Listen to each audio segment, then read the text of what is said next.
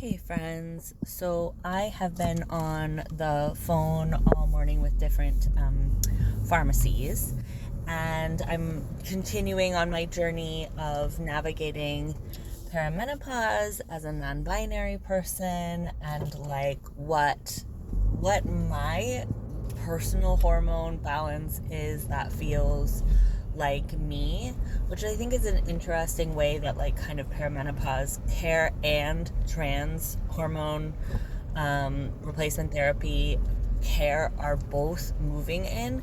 It's like symptoms based rather than blood work based, with blood work supporting it, but like the decision is not being made by the blood work, right? The decision is being made by what makes you feel most like you, which is, I think, a really powerful question, right? That very much like it makes sense that HRT care, both in terms of supporting women and trans people, is moving in this direction as we move from Cross of Planning to Cross of Sleeping Phoenix, right? Because it's becoming less of like we have these metrics and we have these like what should be a male body and what should be a female body, and we're moving away from these like external authority types of perspectives and moving towards this individual like sovereignty and inner authority of Cross of Sleeping Phoenix, of like what makes you feel most like you. And part of how we understand what feels most like us is telling our story, right?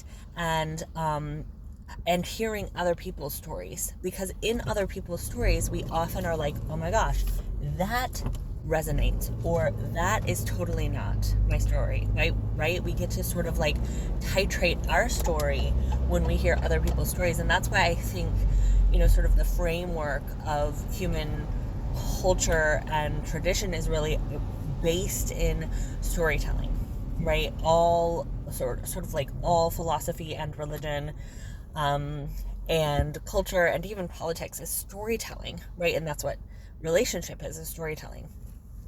And so I guess I want to encourage, like, it takes a lot of work and energy to tell your story, but I want to encourage people to keep telling your story, right? I have been to now, I think, 6 doctors to try to talk about hormone care.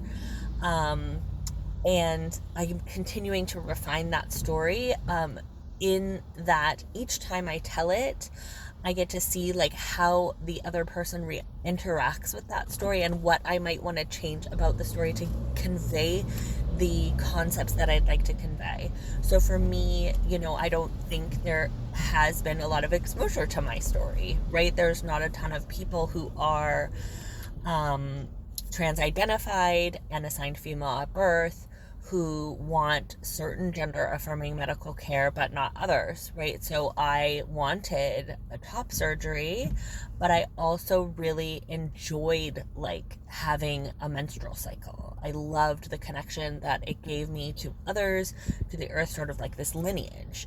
And without that menstrual cycle, I have felt a loss. And also my menstrual cycle was like wreaking havoc on my life at the same time. I was just like gushing blood and like having such a hard time managing it.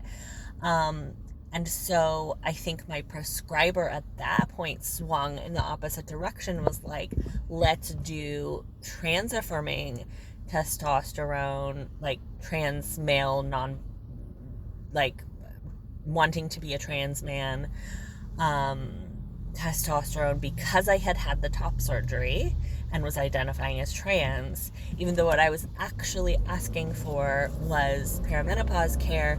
But I was also saying I'm scared of estrogen and birth control, right? So, and antidepressants. So I understand that the way I was telling the story put her in this like really narrow place where she was trying to find an option for me that was safe and that was supportive and that would like meet my needs. And I really appreciate that she had been encouraged, like, if it's a trans person that's assigned female at birth, like, give them all the testosterone they want, right? And so I started off at a pretty high dosage of testosterone, which was not a like cis woman wanting support with perimenopause dose, but was a trans man like wanting secondary sex characteristics dose. And it was on the very lower end of that, but because I run a little higher in the testosterone range, it was enough to, give me full facial hair and body hair and fat redistribution and voice change, which at that point I didn't understand, right? I didn't understand there was an in-between. I sort of was aware, but I wasn't sure how to explain that I wanted it, and I was confused, and I was doing my best. And so over the years, as my story has refined, I've been able to say, like, because I didn't have enough testosterone in my system to totally stop my ovary function, I was having perimenopause symptoms. The amount of testosterone I was having was suppressing my estrogen production, but not totally stopping it. So if I had stopped it, I would have been able to switch over to a testosterone dominant system, but it was not enough to do that. So it was like double whammy. If you switch over to a testosterone dominant system, then you stop having those perimenopause symptoms by and large. You still are going to have vaginal dryness.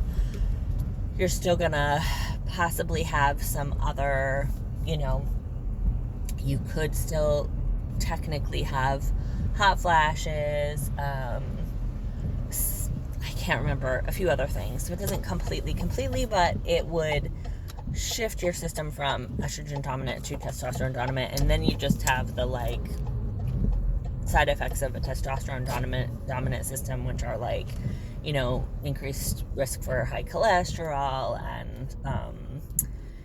and I think it's like stroke and heart attack, which can happen with estrogen dominant systems as well, but you can look up all of that. So anyways, point of this is I have kept telling my story, and I have refined it and gotten to the place where I'm able to communicate, I'm not scared of a period. I am tired of being tired, and I am tired of hot flashes, and I'm tired of being up all night, and I'm tired of mood swings and the eye dryness and the vaginal dryness. And so in communicating all of that, I was able to get the estrogen patch with a progesterone, which we're still tweaking and working on the progesterone, because originally they had put me on the norethindrone, which is the birth control that is progesterone based, and this new doctor, the original doctor, was like, yeah, you can do that, and it's less side effect for SI. And this new doctor is like, it is less side effect for SI, but it's not good enough long-term care for my uterus. So, which is what the progesterone is there to do, which, again, how many times, everybody has gaps in their knowledge, right? So we're still working on that, but we're lowering my testosterone first to a cis woman dose of testosterone to see what happens there. If I get my period back, if I don't, I may already be in menopause, but we don't know because I haven't bled for a couple of years. And let the testosterone level out, see how things are feeling, and then once I get that leveled out, then we can shift my progesterone. Point being, telling your story matters so much, and not just telling it to your providers, right?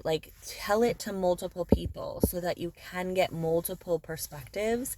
What you're offering when you tell your story, even though it's scary and it's vulnerable and it's frustrating and discouraging because people don't understand you and they misunderstand you, and it takes time and energy and all of those things.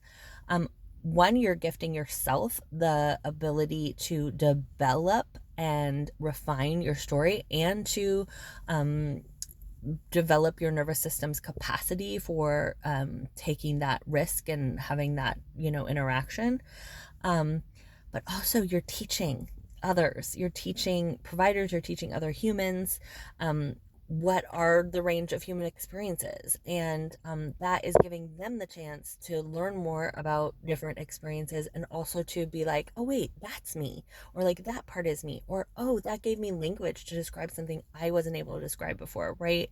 Before I had heard of the non-binary experience, I had definitely felt like, I do not know what this gender thing is, it does not make sense to me, like I don't get it, and I feel weird about it, and I feel like it's like playing a part in a play.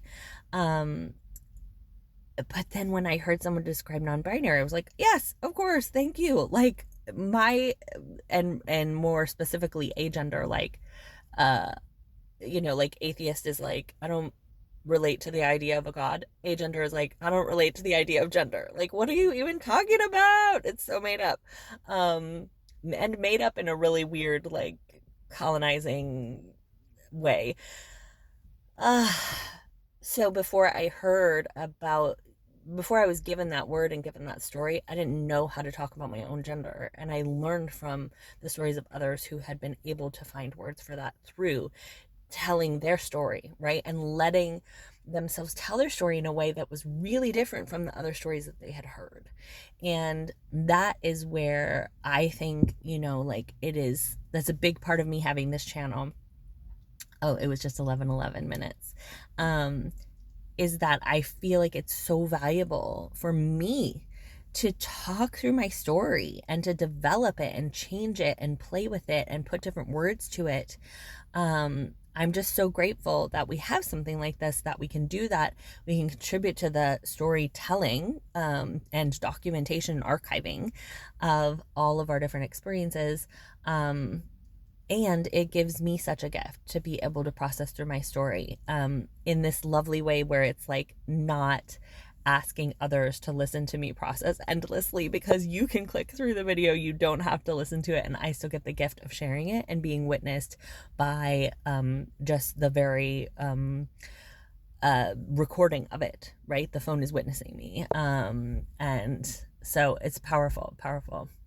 So anyways, just a plug for telling your story. Obviously take breaks when it feels like too much, but tell your story, see how it feels. Vocalizing is so good for your vagus nerve. It allows that like creativity, imagination. Like as you tell it, you get new insights. As you tell it with other people, you get to like hear their reflections, see their reflections, and fine tune.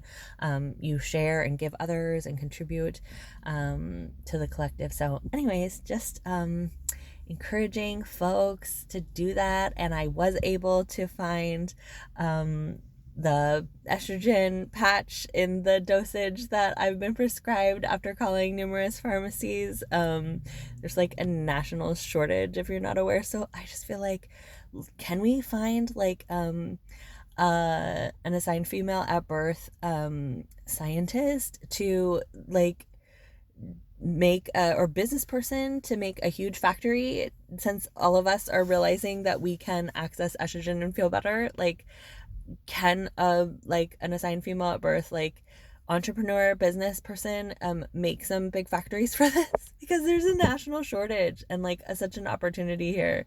Okay, lots of love.